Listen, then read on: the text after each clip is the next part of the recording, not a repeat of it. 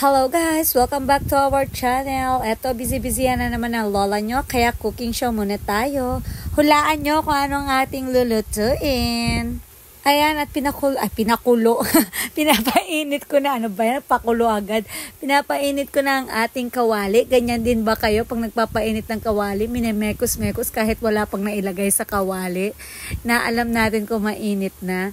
At yan, maglalagay muna tayo ng mantika at tayo ay magsasangag po o magpiprito. Ipiprito po natin itong dilis. Maliliit na dilis po ang ating piprito. At bago natin iprito, syempre painitin muna natin ang mantika. Mekos-mekos lang natin ito ng very light dahil iwasan po natin itong matostado. Dahil pag ito ay natostado, ito po ay papait at hindi natin magugustuhan. Napakasarap pa naman nito. At pwede na ito, hanguin na natin sa kahirapan. I-set aside muna natin, lagay natin sa isang bowl at gagamitin natin mamaya yan na panahog sa ating lulutuin.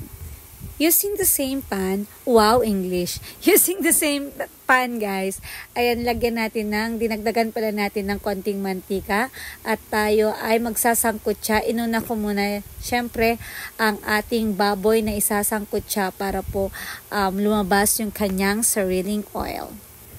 Disclaimer lang po, hindi ako expert sa pagluluto, kaya ito po ay aking sariling version. And tandaan ang kasabihan na may channel, may rule. O, diba? Charot! Ayan, at kasing kulay ko na ang pork. At yan, iseset aside lang natin. Lalagay lang natin sa gilid dahil mamaya-maya ay magigisa na tayo. Babawasan ko lang ng kaunti ang oil dahil lumabas na yung oil ng ating pork. At ayan. Pagkatapos niyan ay ilalagay na po natin ang sibuyas at bawang. Sinasabay ko na po talaga yan para mabilis po ang ating lutuan. And pag naging translucent na yan, isinasabay ko na rin po ang ating pork or ang ating baboy.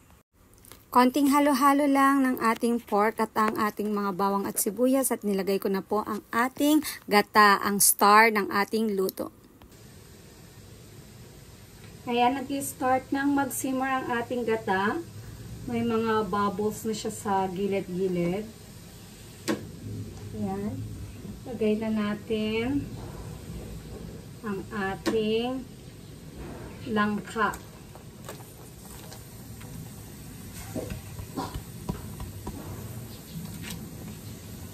And then, ihalo-halo para makot yung langka ng gata. At lalagyan po natin ng 2 basong tubig. Ito po ay pakukulaan natin ang langka hanggang ito ay maluto. At habang nagluluto kayo, kapag na-check nyo na hindi pa luto ang langka, pwede nyo ulit dagdagan ng tubig. Tansya-tansya lang po tayo. I-check natin ang ating gatang langka. Ayan. Simmer lang natin ng konti, mabawasan ang sabaw. Very good na siya.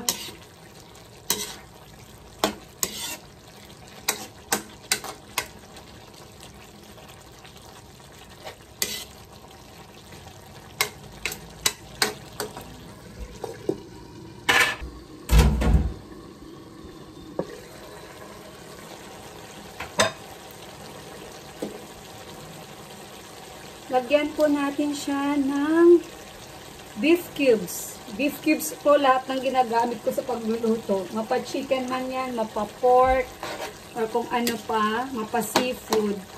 Beef cubes. Ganun pa rin ang lasa.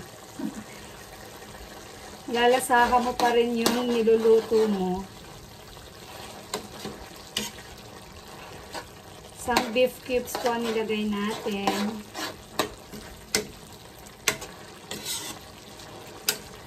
Sarap kapag malapot yung gata.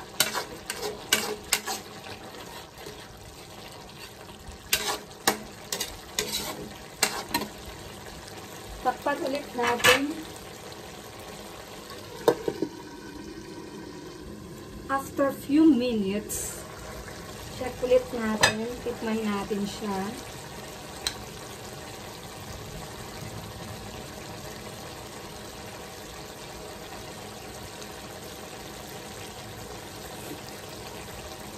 Okay. Konting asin na lang ang ating ilalagay. Ayan na siya. Lumalapot na ang kanyang sabaw.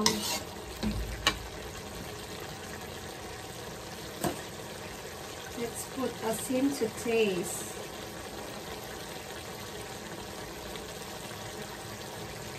Tansya-tansya lang din po yung asin.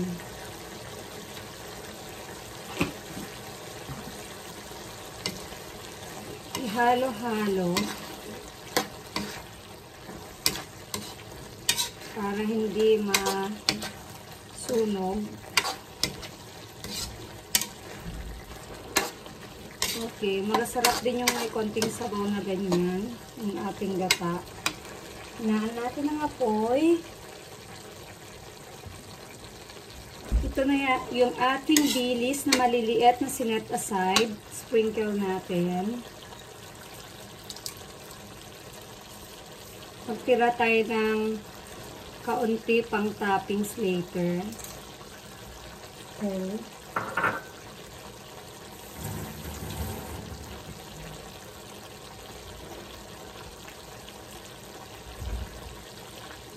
Then, halo natin.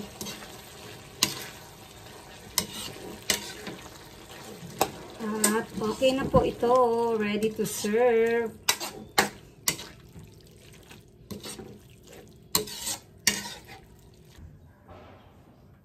And this is our version of gatang langka, guys. Lagyan natin ng konting dilis sa taas. Ayan. Oops, yes guys, may nakalimutan po akong ilagay. Nakalimutan ko maglagay ng siling haba para sana medyo maanghang. Kaya lang, yan na po yung naluto natin. So, yan po ang ating finished product. Kain po tayo. That's it, pansit guys. Hope you like my video. Please like and subscribe. Thank you for watching. Bye-bye!